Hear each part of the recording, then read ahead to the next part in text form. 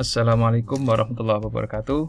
Salam konservasi. Ya, selamat pagi semuanya. Baik, setelah lama kita tidak berjumpa ya secara online, maka kali ini saya mencoba membuat satu video untuk pembelajaran kuliah pendidikan konservasi. Kali ini tema kita adalah implementasi pendidikan konservasi ya. Oke. Nah, tujuannya adalah mahasiswa diharapkan dapat memahami implementasi pendidikan konservasi dalam kehidupan.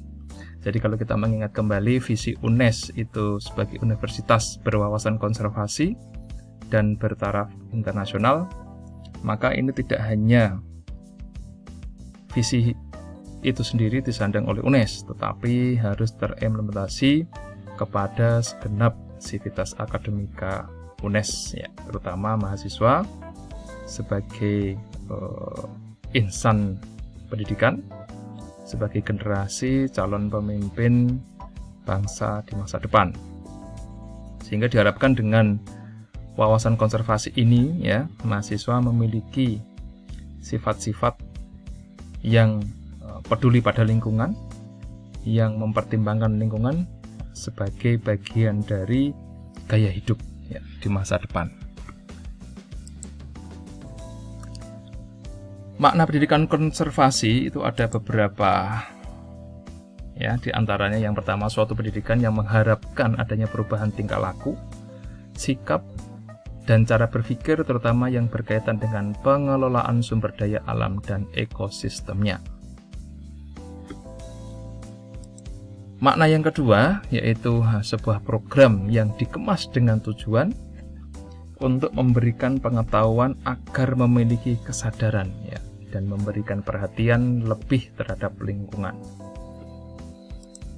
Yang ketiga, sebuah proses pembelajaran untuk membangun spirit kepedulian terhadap lingkungan sekitarnya. Sedangkan yang keempat adalah sebuah proses pembelajaran untuk membangun spirit mahasiswa tentang lingkungan untuk pembangunan berwawasan masa kini dan memperhatikan generasi masa mendatang. Jadi ini menjadi poin penting ya bagi pendidikan konservasi kita.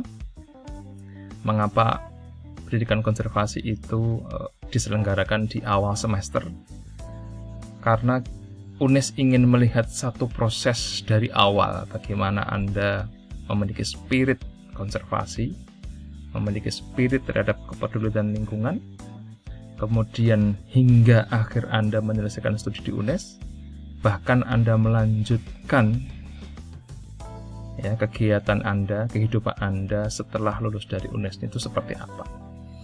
Jadi ikatan-ikatan kesadaran ini tidak hanya ketika Anda jadi mahasiswa saja, tetapi akan kita lihat bagaimana action Anda, aksi Anda setelah berada di luar sana, setelah Anda menyandang gelar sarjana dari UNES ya. Ini harapan kami ya selaku pendidik di UNES, terutama di pendidikan konservasi.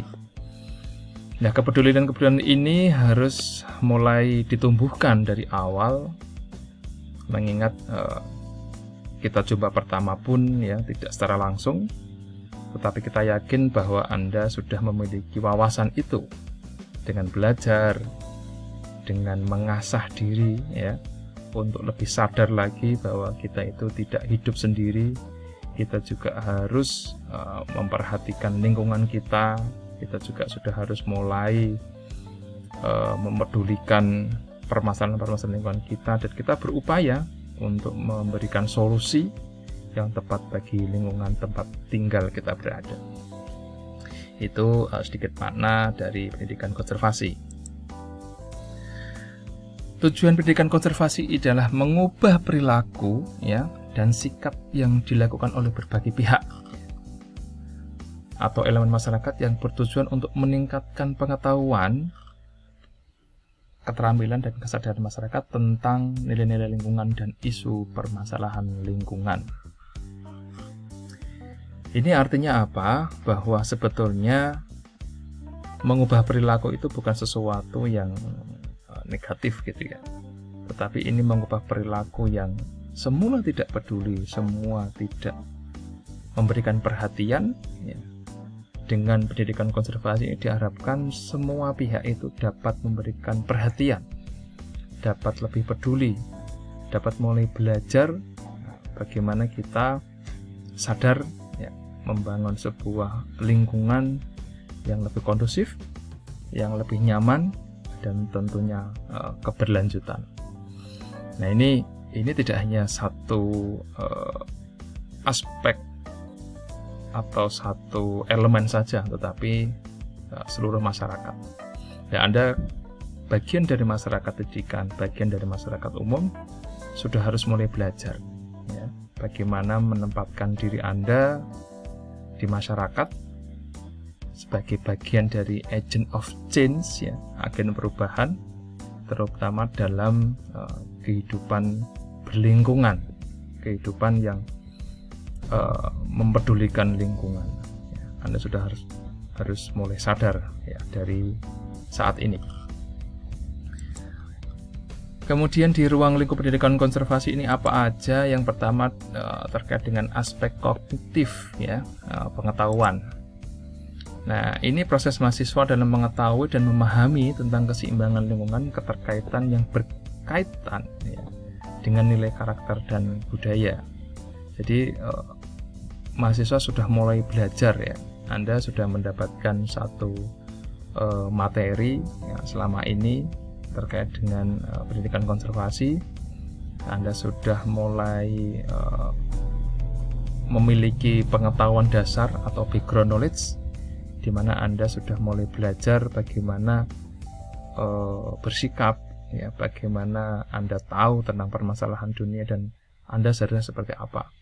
Maka ini aspek pengetahuan dasar ini yang akan menjadi bekal Anda dalam melakukan aksi, dalam melakukan kegiatan, atau dalam melakukan sebuah strategi ya, di mana strategi itu menjadi salah satu solusi terhadap permasalahan lingkungan yang mungkin terjadi di lingkungan Anda.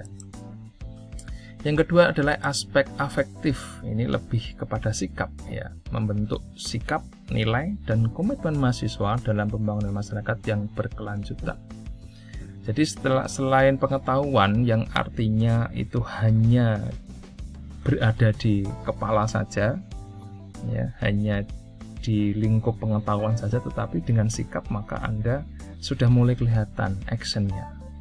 Anda sudah mulai terlihat aksinya. Nah, ini penting ya, karena kalau hanya pengetahuan saja tanpa adanya aksi, maka ini adalah omong kosong belaka. Tetapi dengan sikap ya, ini diharapkan mulai ada wujud yang bisa dilihat, yang bisa dirasakan, terutama oleh lingkungan sekitarnya.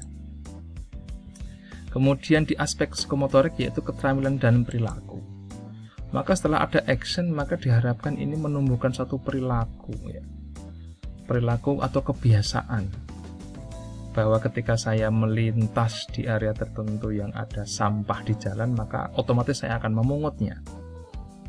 Saya akan merasa risih dengan lingkungan yang jorok, sehingga saya akan melakukan aksi pembersihan. Saya merasa risih dengan timbunan sampah, maka saya akan melakukan satu kegiatan mengatasi permasalahan sampah tersebut.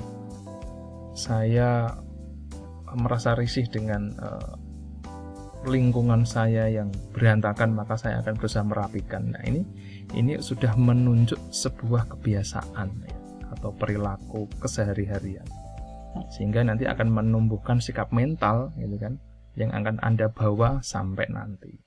Ini harus tetap dijaga ya, hal yang positif seperti ini. Kalau nggak dijaga tetap akan hilang nantinya.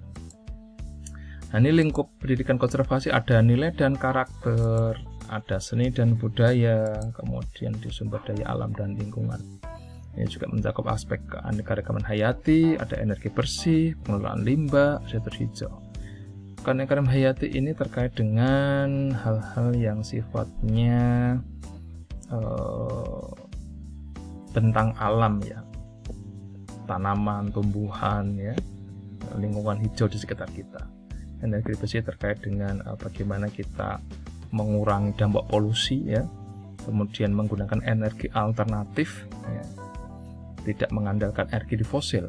Pengelolaan limbah jelas ya mengatasi permasalahan sampah dan lain-lainnya.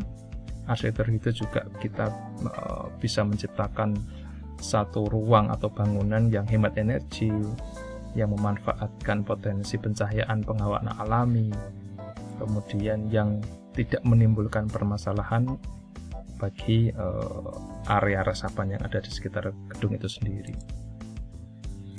Nah, ini implementasi pendidikan konservasi, yaitu suatu tindakan nyata yang dilakukan oleh individu, ya, masyarakat, swasta, luas dalam upaya pengelolaan sumber daya alam secara bijaksana dengan berpedoman pada asas kelestarian.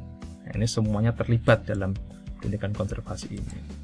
Nah, ini kalau berwujudnya sebuah dokumen, maka bisa diimplementasikan dalam sebuah visi misi, ya, misalnya UNES, yaitu berwawasan konservasi dan bereputasi internasional.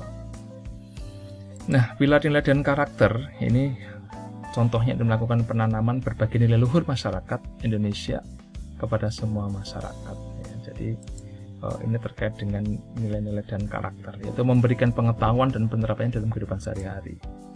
Indikatornya apa? Yaitu ada nilai inspiratif, humanis, peduli, inovatif, sportif, kreatif, ya, kejujuran, dan keadilan. Nah, ini memang sangat penting karena ini karakter yang harus dibangun, ya. Nanti akan memunculkan sikap dan terakhir nanti akan memunculkan satu kebiasaan atau habit. Kemudian seni dan budaya ini mengapresiasi kegiatan seni, ya. Kemudian adanya pergelaran-pergelaran kesenian, misalnya ada ketoprak, teater, ya, pewarnaan alami, lukisan, dan sebagainya. Kemudian terkait dengan budaya itu adanya ya pentas-pentas budaya karawitan, jajanan tradisional, ya, parian konservasi, busana tradisional, dan berbagai kearifan lokal. Kemudian di sumber daya alam ini ada perilaku dalam pengelolaan limbah, ya, limbah. Kemudian adanya perilaku dalam arsitektur hijau dan transportasi internal, kemudian perilaku energi bersih, ya, perilaku dalam keanekaragaman hayati, dan perilaku peduli lingkungan sebagai kader konservasi. Nah, sebelum ini kita coba membahas sedikit gitu kan. Dalam pengelolaan limbah jelas ya, ada reuse, ya, reduce, dan recycle. Anda bisa menerapkannya bagaimana memperlakukan limbah itu agar bisa dimanfaatkan semaksimal mungkin, minimal tidak menimbulkan bertambahnya permasalahan di lingkungan itu. Kemudian arsitektur hijau dan transformasi internal, ya, misalnya kita jalan kaki sehingga mengurangi tingkat pencemaran lingkungan, kemudian mengefisiensikan menggunakan kendaraan bermotor sehingga juga tidak memboroskan bahan bakar. Bahkan kita juga menggunakan sepeda kayu, ya, sebagai alternatifnya. Jika mungkin juga kita menggunakan elektrik, ya, electric vehicle, ya, sepeda motor elektrik, sepeda elektrik atau mobil elektrik, ya, sebagian dari daya dukung lingkungan kita. Untuk keanekaragaman hayati kita coba bisa menanam tanaman, ya, bunga, kemudian menanam pohon, menanam sayur mayur yang memiliki dampak langsung maupun tidak langsung terhadap diri kita maupun lingkungan. Sedangkan sebagai kader konservasi, Anda diharapkan sebagai agent of change lingkungan yang memberikan tauladan, ya, atau sebagai penggerak lingkungan, di mana Anda terlibat dalam kegiatan lingkungan, Anda aksi langsung terhadap pengelolaan lingkungan hidup, dan ini menjadi satu terobosan baru, ya, bagi para kader konservasi, terutama di mahasiswa UNES. Biasanya nanti ketika Anda KKN, ketika Anda bakti sosial, ini akan terimplementasi dengan baik karena Anda akan kerjasama dengan masyarakat sekitarnya. Baik, demikian yang bisa kita sampaikan, ya, terkait dengan implementasi pendidikan konservasi. Semoga ada manfaatnya dan Anda bisa mengambil peran, ya, sebagai agent of change perubahan lingkungan dengan lebih baik. Sekian atas perhatiannya. Wassalamualaikum warahmatullahi wabarakatuh.